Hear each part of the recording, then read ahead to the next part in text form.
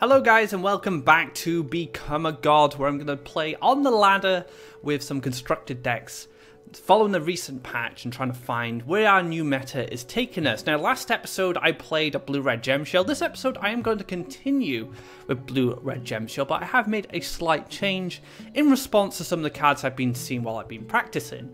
So I took out the Aurora's Creation because it was a bit more situational than I liked, and I added one Emperor's Command as a way to answer the flower. The flowers were taking out my Magnuses. I would play a Magnus down and then they get flowered, and it happened twice during my practice games, so I was like, right, I need to make sure Magnus can stay on the board and doesn't get crystal flowered, because it could become a problem. So that is the change I have made. We're going to go onto the ladder, following the win streak I've picked up during my practice games, and hopefully we can continue that and find our way to rank 5. So let's get into the games, and hopefully we'll get to that rank 5. Alright guys, into our first match. Looking good. Divine Guardian and Ground Shaker in the opening hand. Been playing this deck a little bit. I've had a bit of a warm-up before this video, and I'm currently on a win streak, so I could get rank 5 realistically in this episode. Let's see how it goes. Really good start for me here as well, Divine Guardian, Ground Shaker. I have made a slight change to this build. I've added an Emperor's Command and I've dropped the Aurora's Creation because my guys kept getting crystal flowered and I really needed something to crack that open. But Emperor's Command is not a bad pickup off the Gemshell Tortoise, simply because it allows you to get 2 of them. So you get like a burst of heal, you can reduce power and life of a creature, or you can just break some structures. There's a lot you can do with a double Emperor's Command off the Gemshell Tortoise. I'm not sure if it's going to stay in the deck. I'm still kind of figuring out what to do with that slot. In the original build, there was only 2 Ground Shakers and then there's 2 Meteors. I added an additional Ground Shaker, and now I've got this 1 slot spare, which I'm just using a tech and a card here and there.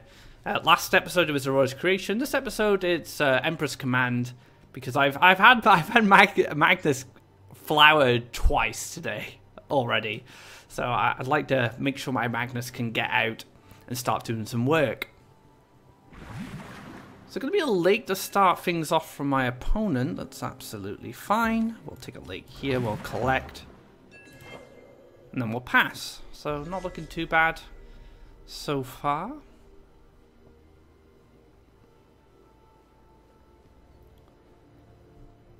And this is going to be difficult to deal with, this Divine Guardian. It's just going to sit here. We're probably going to see Explore Lake into something. Maybe a Triton Warrior, maybe an Archon. If the deck's a little slower, we might see something like a Spring Mochi. But I'm going to be able to shimmy between here. I can also use a Mountain here to play the Ground Shaker to protect my Divine Guardian. That is an option as well. But we'll see which side my opponent goes to.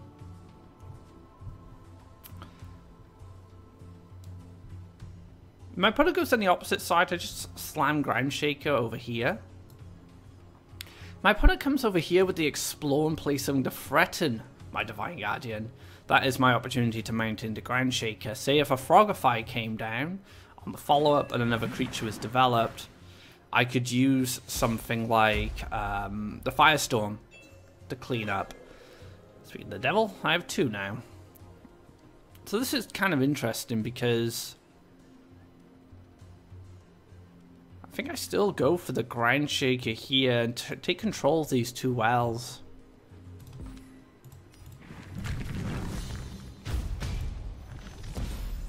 So while my opponent did cycle quite nicely with the Lore Thief there, I'm not going to collect any Faeria. So kind of like a Wisdom when it comes to a Ground Shaker on a Lore Thief. I have a feeling this is going to be some form of Dream Reaver deck. That's what I'm feeling right now.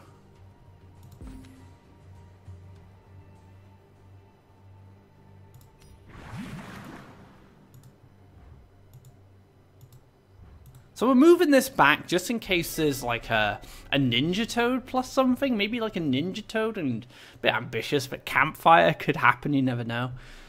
I've just been a bit more cautious with my Divine Guardian to respect any haste jump creatures like Ninja Toad. So this is pretty good because this allows us to get an aggressive mountain. I can go for our little bargainer. Now, if I play bargainer, do I windfall first? Yeah, I think so. Although bargainer has a better chance to hit something like windfall. No, we're gonna do this. So I should be able to windfall next turn. I don't think this guy... I don't think these two are both going to die. Worst case scenario is these both get cleared. I still have my Divine Guardian, and I can still +1 into Windfall. I have a lot of AoE, so if a lot of creatures come down as defenders, I could probably just wipe the board quite easily. Library... It's another thing that Emperor's Command is very good at sniping. These pesky libraries.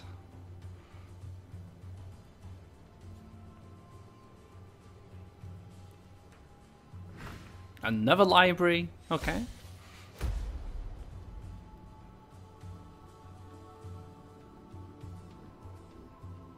So yeah, this smells like Dream Reaver to me. I can't even kill Dream Reaver with Garadan Double Firestorm. That isn't enough, which is quite funny, really. All right, we're just gearing up.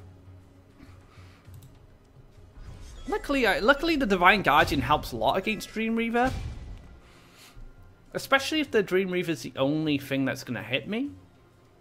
Because if it goes up to 10 with the enchant, you know, it's going to crack me down. It's going to crack my Divine Guardian at 10 life. And then doing an extra 10 damage from there can be quite difficult. You need like Ninja Toad, Aurora, plus a combination of things to get set up a one-turn lethal with Divine Guardian on the board. So I do like that. That's one thing Divine Guardian does have an advantage against this deck. My opponent is also... not committing anything to the board, so maybe it's not Reaver, maybe it's Aurora's Dream. We're pretty close to Aurora's Dream here. Now it's starting to smell a bit more like something with mountains. Interesting. So I can push 8 damage next turn because I'll be able to Firestorm this out of the way.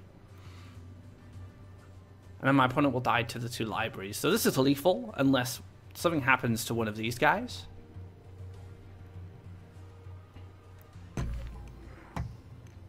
No, library can be a double-edged sword. You know, it's great if it gains you a lot of Faeria and a lot of card advantage, but you know, the damage to your orb can add up if you don't have the appropriate defenders to make sure these creatures don't hit you. And, you know, there's a good example there. Going to be able to heal right back up. And, you know, and this is actually an awkward card for me to deal with again because it's at 10 life. So let's take a draw. We're on a lot of Faeria. We can get a lot done here.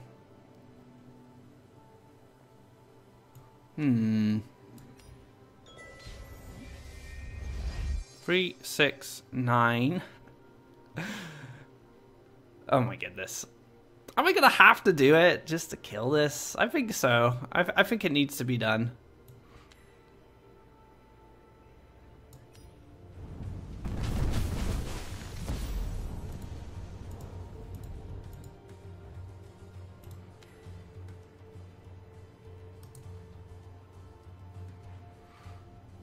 Maybe no. I don't think so. I don't have enough actually, do I?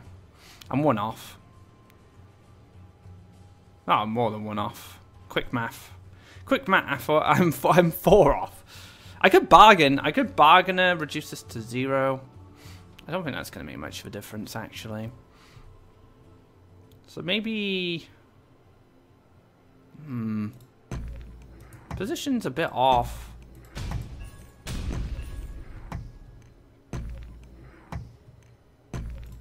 I think I should have Garadaned, actually.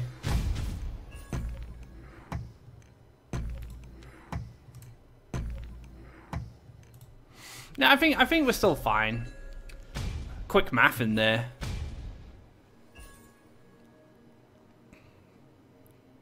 Yeah, I could have Garadan there instead. Because Dream Reaver can come down, right? So Dream Reaver's going to cost 7. Then I have my Divine Guardian cracked, and then I just win next turn. So a lot needs to happen.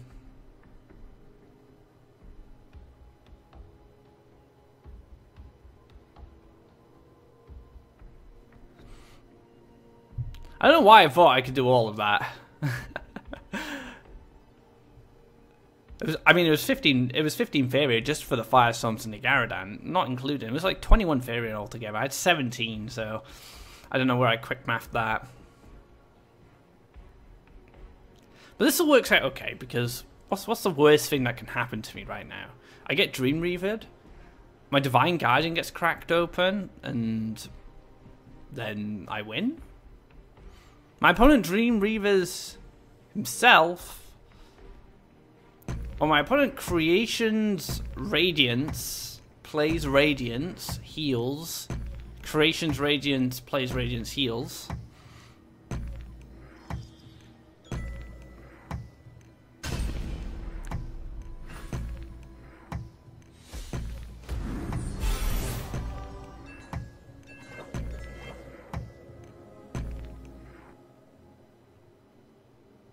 Well, I get to do this now at least. I get to kill this Radiance.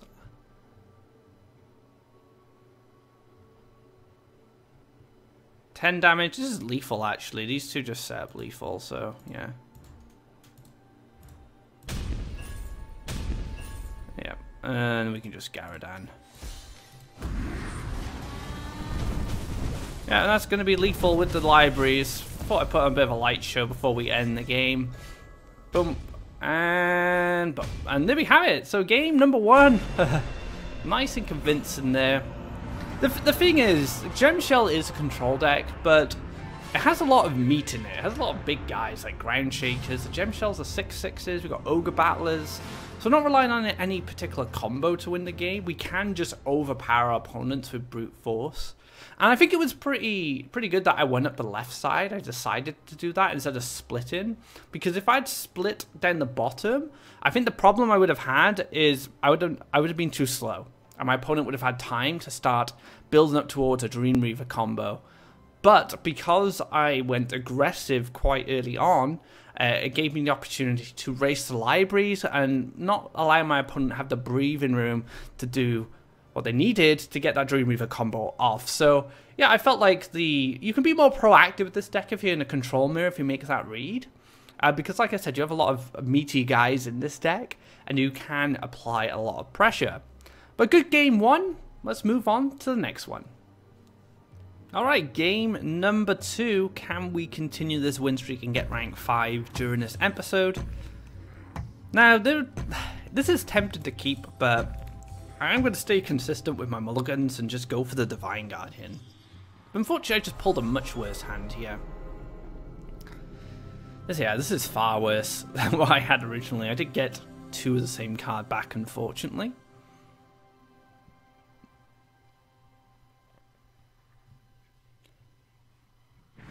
Maybe a mountain to kick things off. I will go for a mountain as well, because I do have Garadan as a play.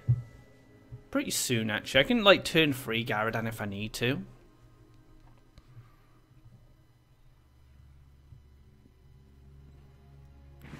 Oh, it's Rush.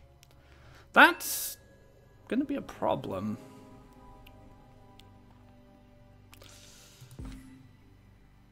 Yeah.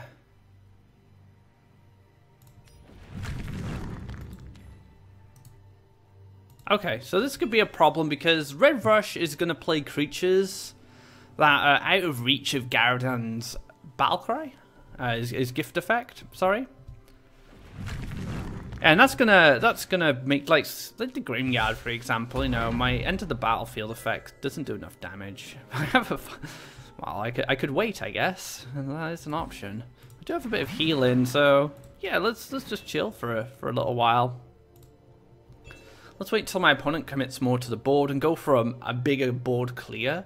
The problem with this line is Gift of Steel. Gift of Steel does make things a little dangerous.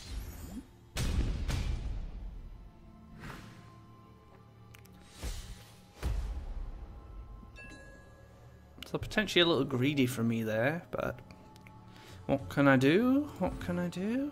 Let's play Windfall.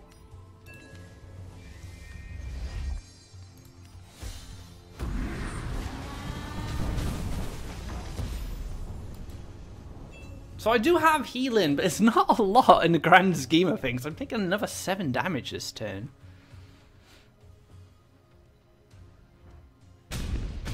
Mountain. Oh, double flame burst. Yeah, double flame burst, and there we have it. So the greedy line of not going for Garadan was punished by the Gift of Steel. So yeah, that was a quick one. It happens though. Let's get into our next one. Alright guys, into another match after that very, very quick one. Oh man, I just got smoked super hard, and my win streak is gone now, which is really sad. So rank 5 is not looking realistic. We're going against Jungwoo. And Jungwoo always had some spicy builds going on, so I'm very curious to see what Jungwoo's been up to this patch. I guess we'll find out very soon. Okay, but we got a good start here. We got 2 early harvesters, cheap harvesters as well, so we're able to keep hold of our Faeria ready for these big bargain combos if we need them. Explore. Lake. Triton Warrior? Archon, okay.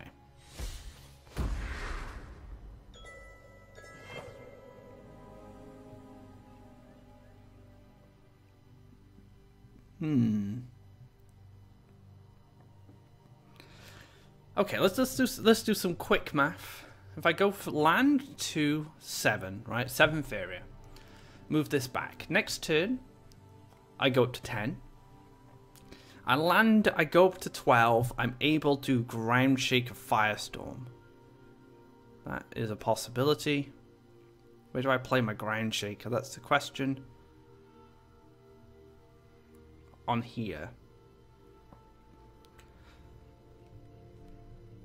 Is it worth it? Probably not. I think I ground shake it here, guys. I'm just weighing up like how much Faeria do I really want to invest in killing just an Archon at the moment, and the answer is not a lot. Oh, it's gonna back out. Okay. Wasn't expecting that. So double Windfall will enable a trade here.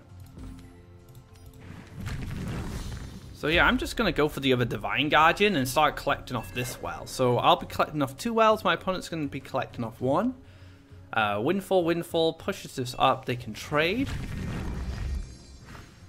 Ogre Battler. Oh, we might be in a mirror match here, guys. It's looking very mirror match to me. So take the lake.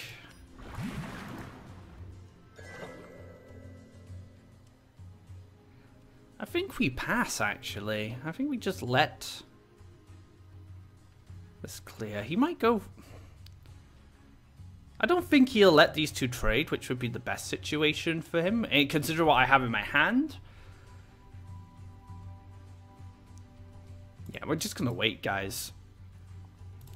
I don't think there's much point in going for double Firestorm now with the Windfall.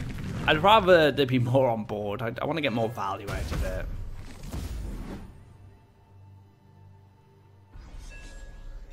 Jungwoo not falling for my trap. So maybe I have to double Firestorm anyway. Or I just take the... Or I just... This gets taken out and I don't really care.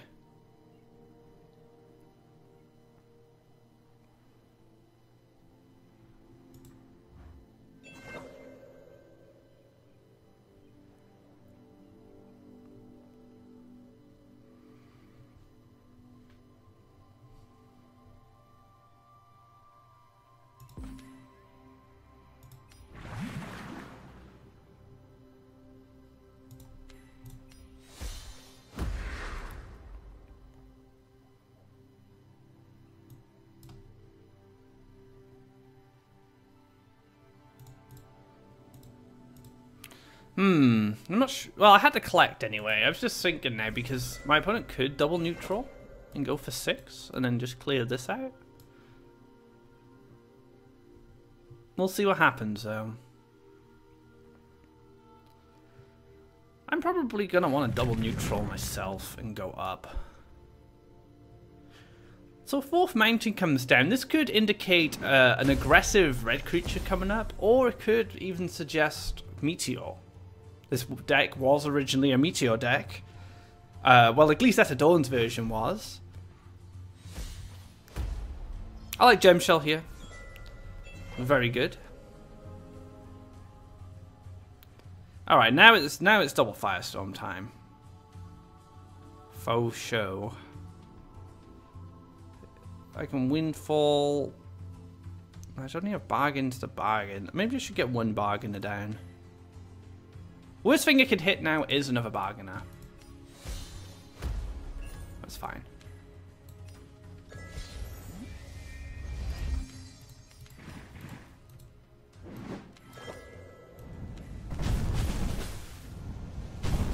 This clears the board. This allows me to try collect on the follow-up. And now I'm demanding an answer from my opponent. I'm not sure what got Gemshelled. We didn't see that. We haven't seen a card being played. Could be Firestorm. Would be pretty bad. Let me double Archon actually. That's pretty amazing actually. Double Archon just put a lot of pressure to me. This is another Archon. Triple Archon Ogre Dance.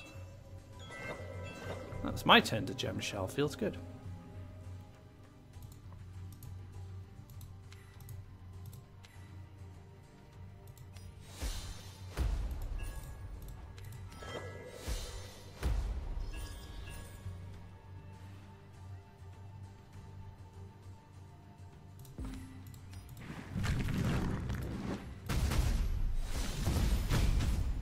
Yeah, so just putting on pressure right now. I'm going to move here because if the Archon decides to go for my Guardian, it doesn't collect any Faeria.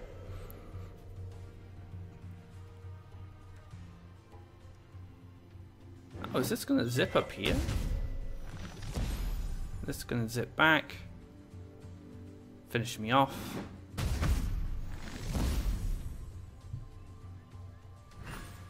Into Bold Bargainer, which was bargained from the Ogre Dance.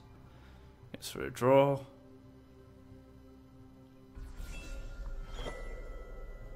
Another Divine Guardian. Okay, take a draw. The King? King's pretty good. It's a little bit of a shame that I have to use my turtle here, but I think that's fine. Now we can start applying the pressure with the Ground Shaker. Only collecting off one well, which is a little sad actually.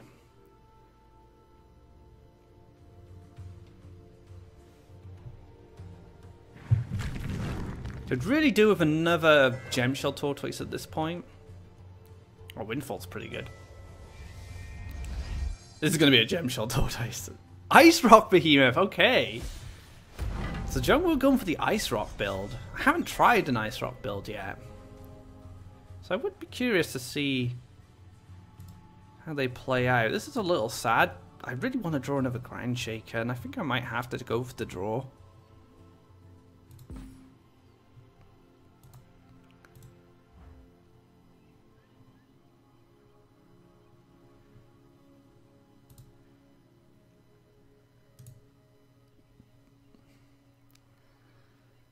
Yeah, I think I'm going to have to take my medicine here, guys. I wasn't expecting Ice Rock Behemoth.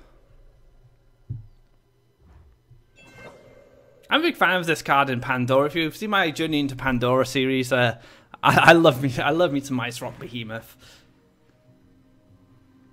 Gonna double neutral around my land there to make sure that Ice Rock can collect on the follow-up. Which is pretty good. We can collect.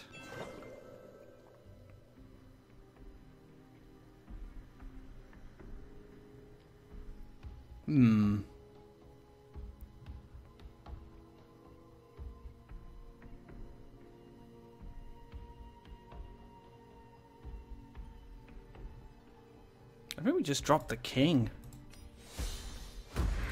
And +1. We don't want to draw too many cards. This could go to fatigue. Remember our last blue-red mirror? I had no idea what was going on. I think Jungwoo's build is probably a little bit better for the mirror match if Ice Rock Behemoth is a free of. You know, 8/8s with protection are going to be pretty difficult for me to deal with. Generally, like in control mirrors, the greedier build will win in. Well, not in specifically control mirrors, but in mirror matches of the same deck.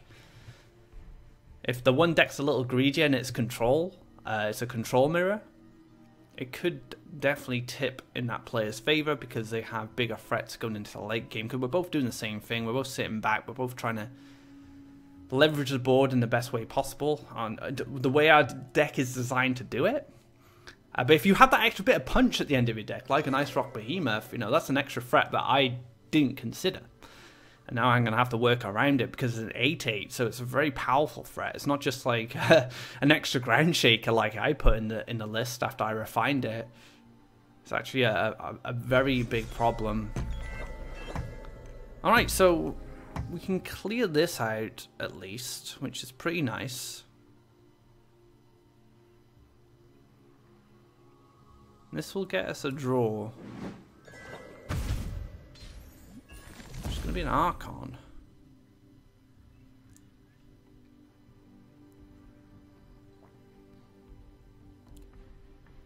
I think I just passed, to be honest. I could set up a Battler, actually. I think setting up a Battler's okay. Yeah, if I set up a Battler, I'm anticipating an Ice Rock Behemoth.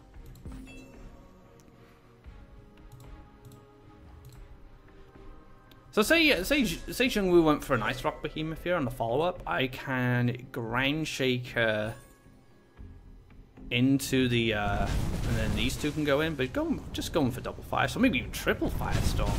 Garadan? No, it's gonna be a Magnus.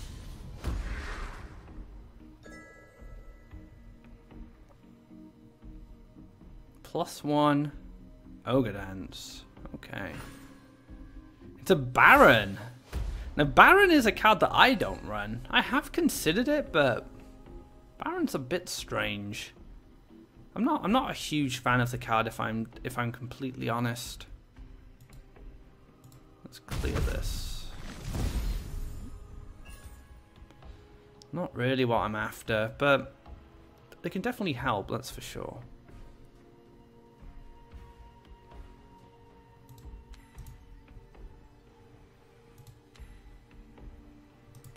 I've got nowhere safe to put my Divine Guardian, unfortunately, and I think that's a big problem for me right now. Unless I stick Divine Guardian here. Then I don't... Maybe I build a land, actually. This can come here. Yeah, maybe I just go Lake. I just go Archon, Archon, Guardian. And then line up for the Ogre Dance on the follow-up and hope it hits the Gemshell Tortoise.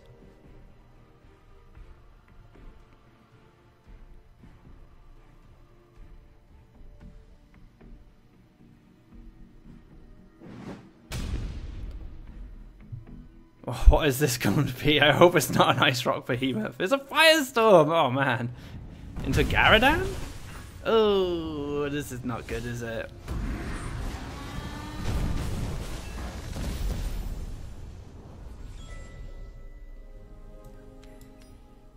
Alright. Yeah, that's not quite it, is it? Yeah, well played. Well played, Jungwoo. Good mirror there. The Ice Rock Behemoth completely blindsided me there when I made the aggressive Ground Shaker. It's a little bit better in the mirror there. But yeah, we're back to rank 7. 2 losses in a row. Feels bad, guys. But I still have a lot of faith in this build. Let's keep going. Let's try and get some wins under our belt. Alright, guys, into our next match. Just throw away this hand. We're looking for the Divine Guardian. Ground Shaker's not too bad. I don't mind picking up a Ground Shaker as my early collector, but obviously I would rather a Divine Guardian. Ah, so the little sturdy shell who could. So I'm going to explore here. So I can challenge the sturdy shell with my ground shaker.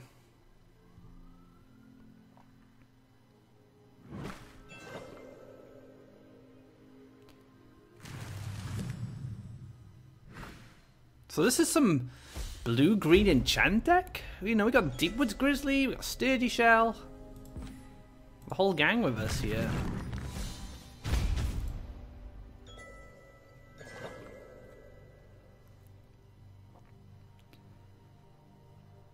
Now I think I might push aggressively into these wells now that my opponent has split.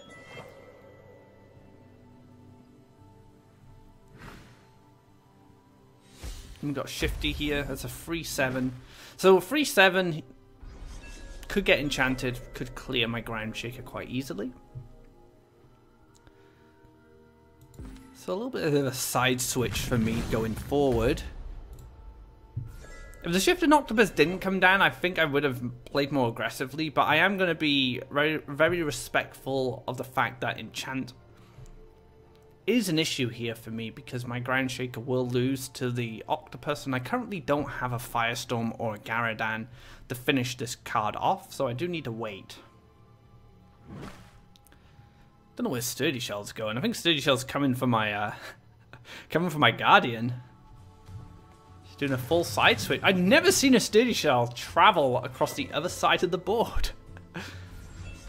This is new for me. Oh, so now I do have a Firestorm. Okay, so if this does get answered, I do have a way to finish off the Shifting Octopus. Now, one problem I could have is high life creatures. A lot of my removal is damage based. If in fact all of my removal is damage based, and one of the problems I could encounter is I don't have a combination of removal to get over those high life creatures. Right now, these are a bit more reasonable to deal with, but let's say someone gets Shamanic Danced and an enchant comes down, that big creature could be a big problem. So I need to be careful.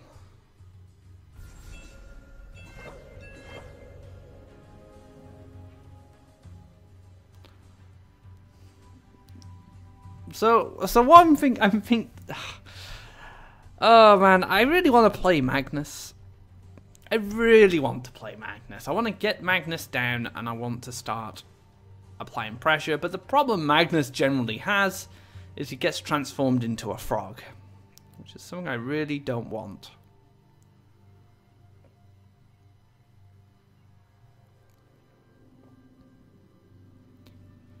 I don't want to play Archon either. This is another thing.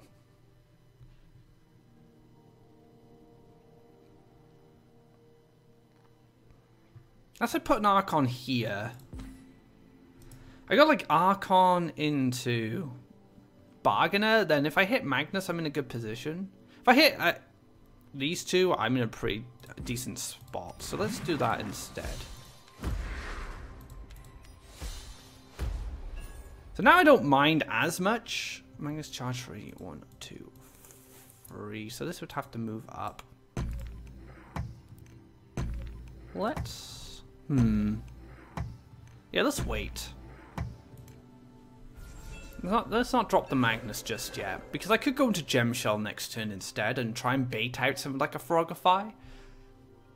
And then I can use the Magnus as a follow-up. Because it's not too expensive now, it's free Faeria. I'm going to be able to play this on turn if I'm Faeria starved. And this could be a really good way to get the board back. And just put like a bulky creature down that's going to make playing cards very easy for me if it does get into combat.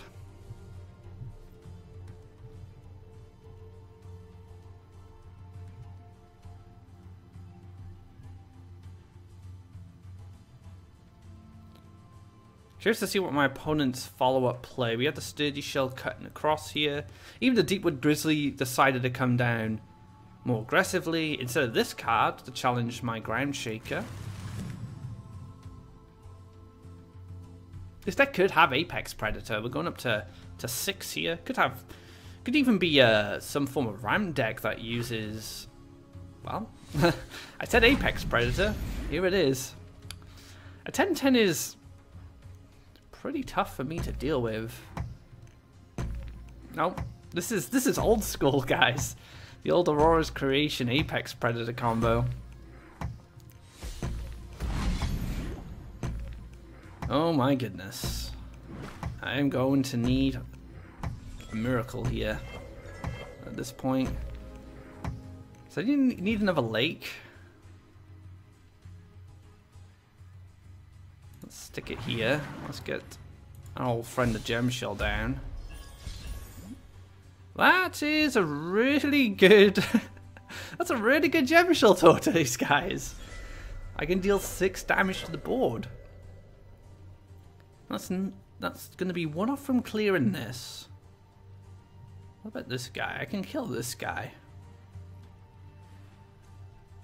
Ideally, I need to get up to 12 Faeria so I can triple Firestorm, but beggars can't be choosers in this situation.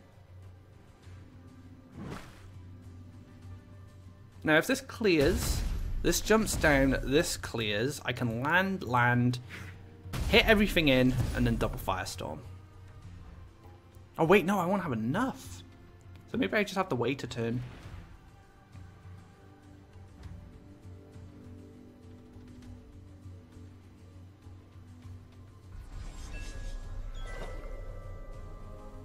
Maybe I go for Magnus anyway. Just put another. Although Magnus is a good follow-up play. That's probably one of the reasons I don't want Magnus at this point. Yeah, let's wait. Let's +1. Okay, so if I collect my +1, I go up to 6.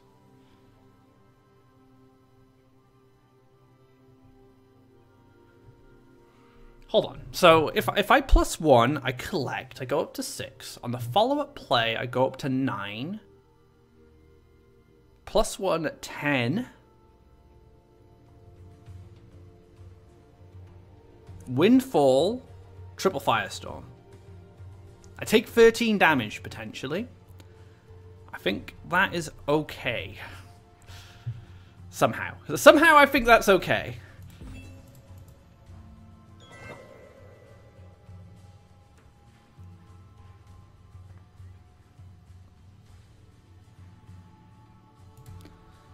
I will move this here just in case, I think. Just in case I need to deal damage to something. So yeah, I'm pretty happy to take the 13 to the orb. I guess we'll see how it goes. Triple Firestorm. Good workout here for me.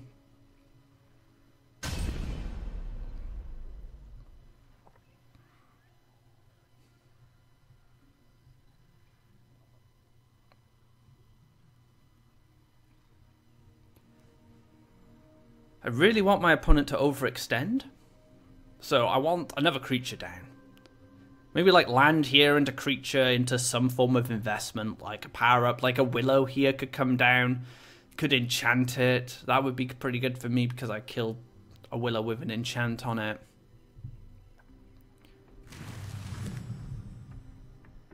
Now it's just going to just jump over and trade into Willow. Oh, so the Willow is happening. Will the enchant come down? That's the question.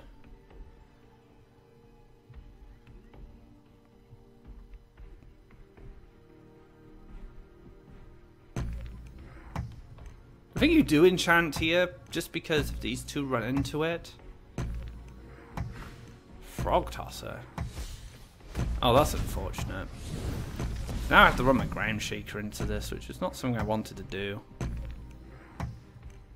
Is that a Frogify?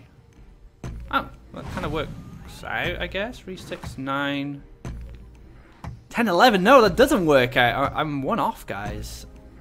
Oh, shoot.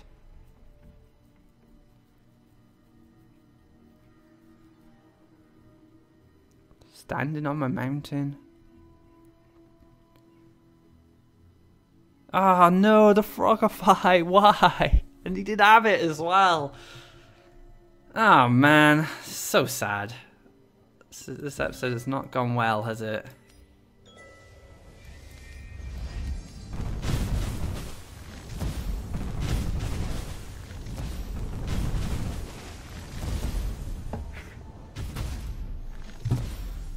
Oh, why have the Frogify? I had the board clear into the follow-up Magnus. Like, I could have cleared the board, my opponent had no Faeria, and then on my next turn I just go, oh, here's a Magnus. For free Faeria, deal with that. Ah, what's happening? I was doing so well.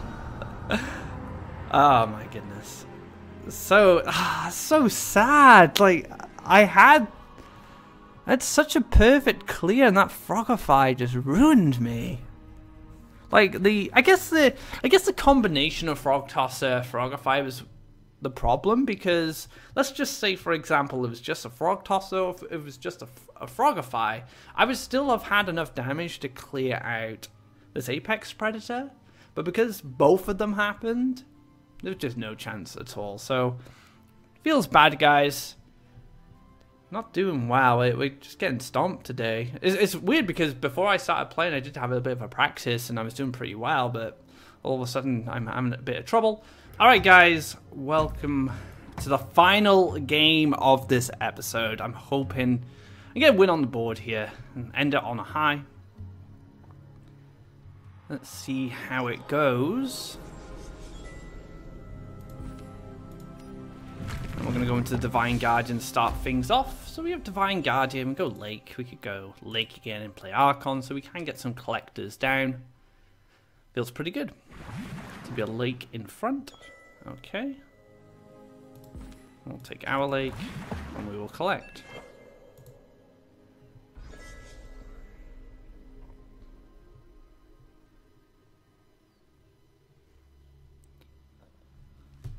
So where do we go next? That's the big question.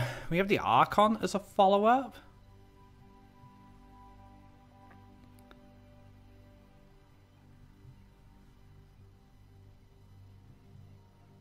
I mean, we could go Archon here. We could collect off our own wells. We could even go Archon here and start applying pressure at the left-hand side. I guess it's going to be very much dependent on what my opponent gets up to.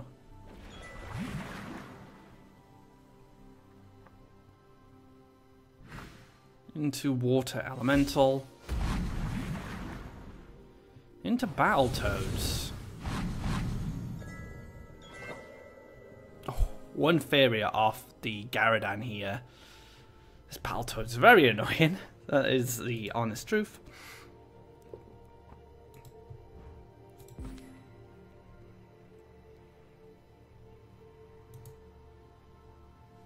So I think I take a Lake here, because the Lake kind of...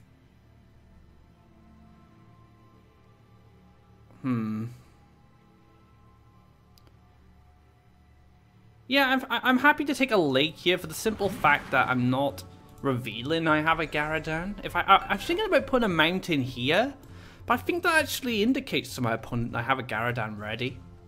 Because the Garadan's pretty good here, because it can collect like this.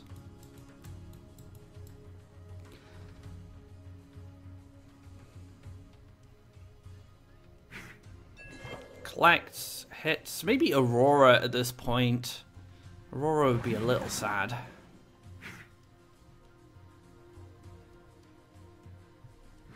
Yep, it's gonna have to be Aurora. Very good for my opponent having the Aurora in that situation, because if the Frog trades with Garadan, it's pretty good. But honestly, I feel like I'm fine with that. Oh, I have an Archon follow, that's pretty good. So I could Windfall and Windfall. Play the Garadan.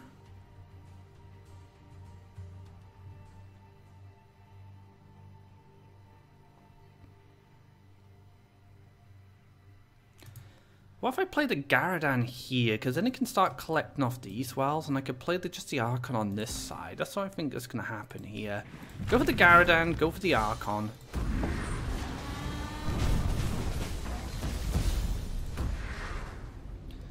Then I could potentially,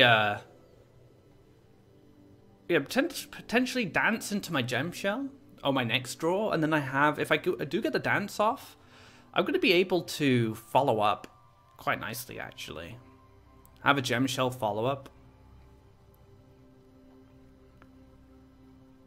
And then Garadan's just kind of free to double collect off here and apply pressure up this side. And I've done this before in previous episodes where my Garadan's gone down the opposite side and eventually been the main card to win the game for me, not just from its gift effect, but also from it just pushing damage and applying pressure from this region. So I think my opponent is considering what to do next. I quite like clearing the Archon here, because if I draw Firestorm, I won't be able to play it, so maybe just pushing damage this turn's pretty good.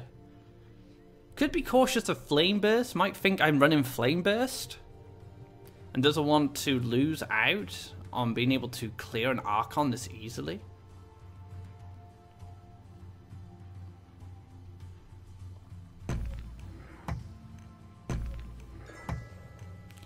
+1, hits my orb, goes for the Wave Crash Colossus. Okay.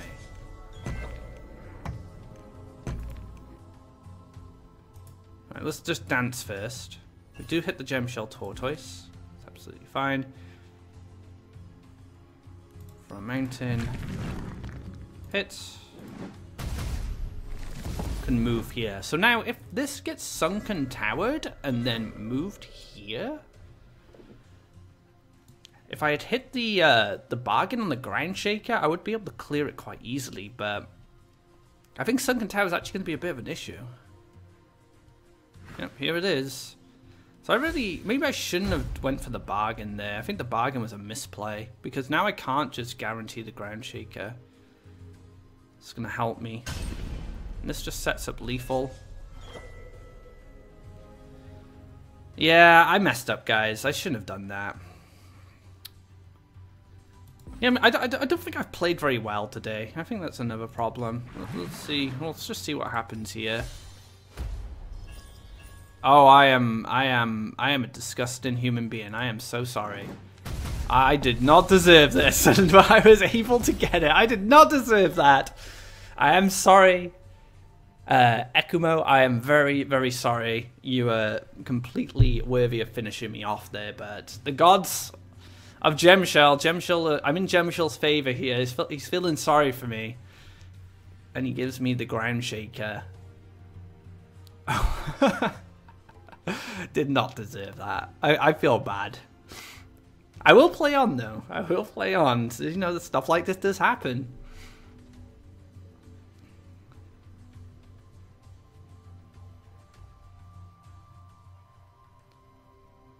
What's next for my opponent? That's the question. Another Wave Crash to try and set up lethal, but knows I have a Ground Shaker in hand from copying it with the Gemshell Tortoise. And the big mistake there was going for the Ogre. I didn't need to. I should have waited. Because if I didn't draw the Ground Shake off the Gemshell, I would have just been dead. I could have went back, hit with Garadan into the Ground Shaker. Off the Archon into a Forbidden Library. Okay.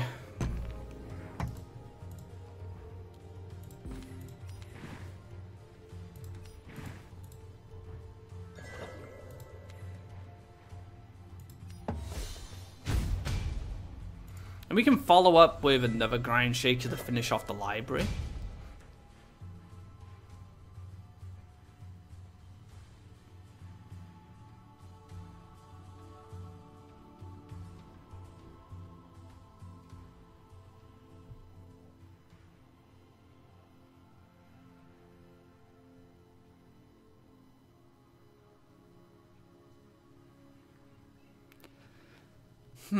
What's the follow-up for my opponent?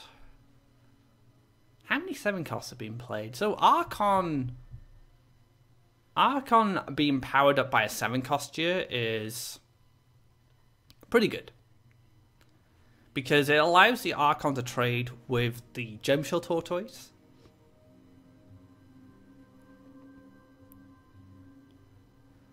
But the problem is like kind of going all in on the Wave Crash Colossus was great. It was a great play. It was setting up lethal. There was all sorts of good stuff happening. But it was just such a shame that I had the answer there.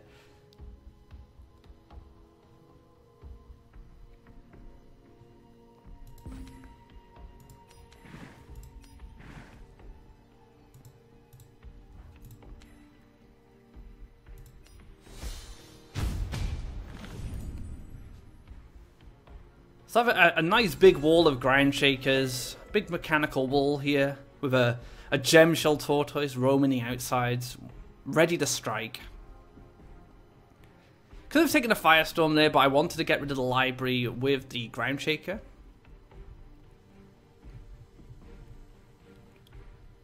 And I'm also developing aggressive lands towards my opponent because I want to be able to apply pressure. Let's say like an ogre battler maybe. I'm not sure. If no land block happens, I might just double neutral up here and get this well spot to make it harder for my opponent to defend.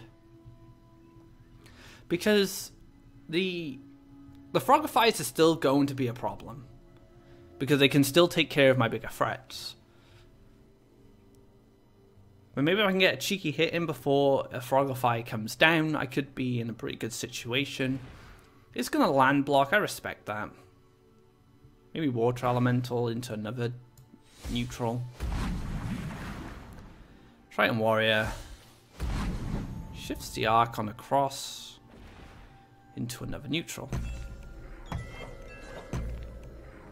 have a lot of Firestorms.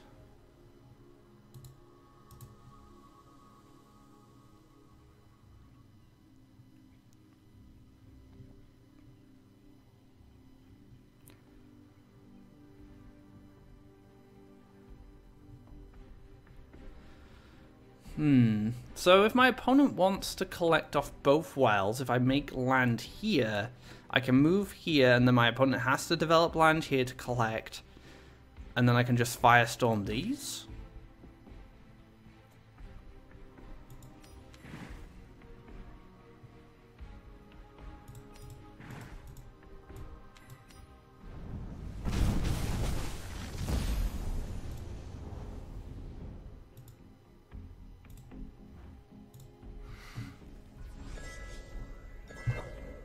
We've seen Aurora, so I'm not going to die to something like Ninja Toad, Aurora, Campfire, or some nonsense like that.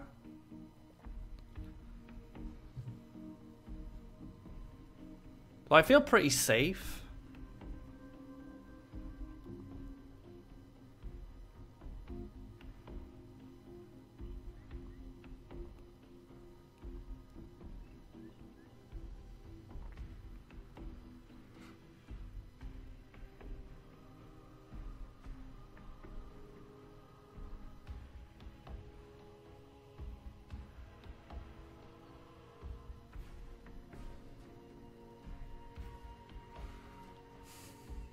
I'm not sure what my opponent can do from here. You know, overextended to the board is so dangerous because of my Firestorms. I have another in hand, so if like Battletoads was to come down to try and rebuild some Faeria collectors, you know, there's nowhere really that good for the Wave Crash Colossus to come down either, because yeah, I've just got all these big guys just lurking.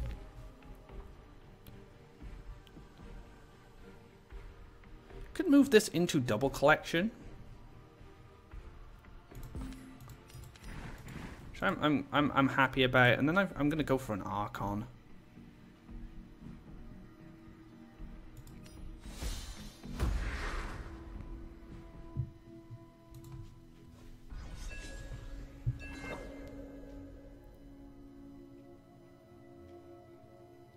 And I've left a little gap here, so if my opponent does want to jump over and clear my ground shaker, has to make land in order to do that. It's going to need a little bit extra as well to go along with it. It's going to need Frogify, maybe a Phantasm. Well, Phantasm won't even be enough at this point. It's going to need Campfire, Emperor's Command, and Phantasm. There's a lot of things.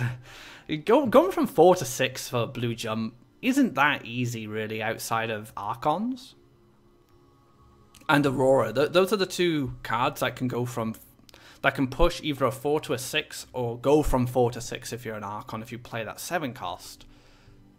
But it's already taken a draw, so my Grandshaker is going to be able to double collect and start getting some Faeria going.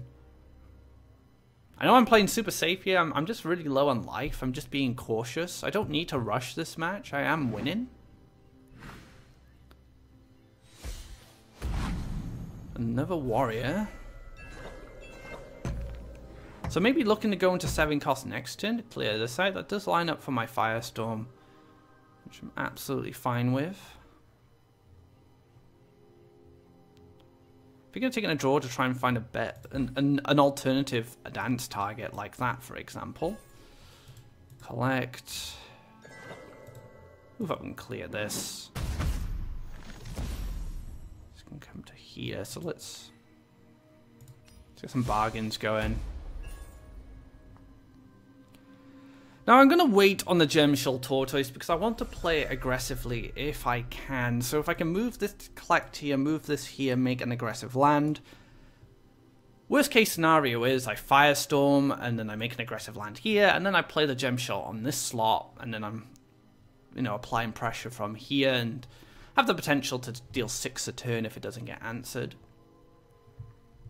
My opponent can collect twice here into a 7 cost, which will, like a Mirror Phantasm, which will allow the Archon to trade off, no, actually live against the Grandshaker. This can trade off with the Archon, so this can come here, this can come here. You could play a Colossus maybe, or maybe a Phantasm, and Phantasm this on here, so you have a Collector, finish this guy off. And then you have there's a potential to try collect on the following turn. Goes for a draw.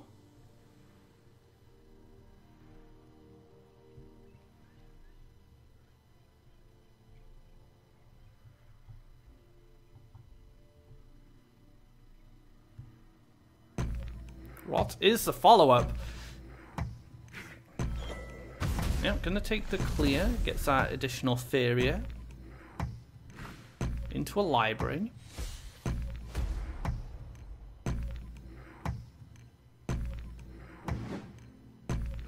Moves forward 1 into an Archon. Oh, Divine Guardian, what a draw. Fantastic. Alright, Gemshell, show us what you got.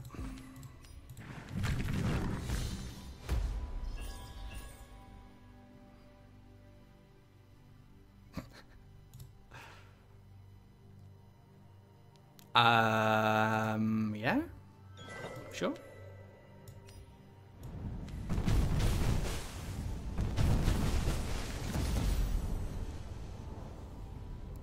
You know, this Grandshaker's going on a journey. So is this one. We can start moving up now because I can slot the Divine Guardian here.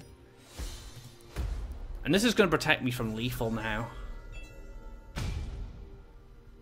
6 damage potentially going in on the follow-up here. These guys are going to start moving up. I will leave the Gemshell Tortoise on this land just in case a Colossus comes down. But these Grandshakers, they're going to start moving on up.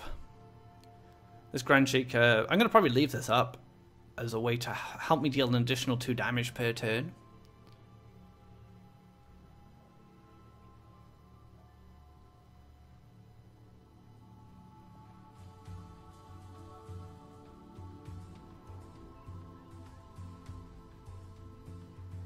Considering landing.